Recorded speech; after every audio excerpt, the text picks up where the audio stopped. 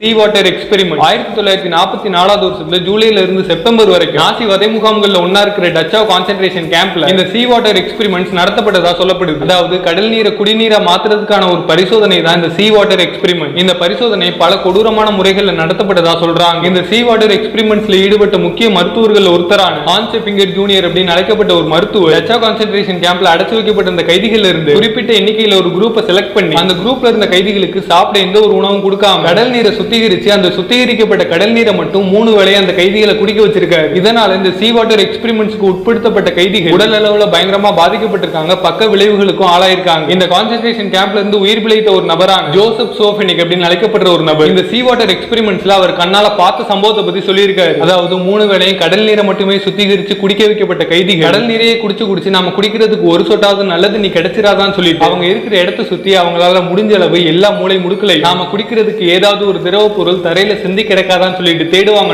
மாப்போட்டு துடைக்கப்பட்ட ஈரமான தரையவும் ஏன் ஈரமான கால்முதியை கூட விட்டு வைக்காம அவங்களோட நாக்கால நக்குவாங்க. இந்த பரிசோதனை முடிஞ்சதுக்கு அப்புறம் சீ வாட்டர் எக்ஸ்பெரிமெண்ட்ஸ்க்காக பயன்படுத்தப்பட்ட கைதிகள் சாப்பிடுறதுக்கே சிரமப்பட்டதாகவும் நாசி கான்சென்ட்ரேஷன் கேம்ப் சர்வைவரான ஜோசப் சோஃபெனிக் சொல்லியிருக்காரு.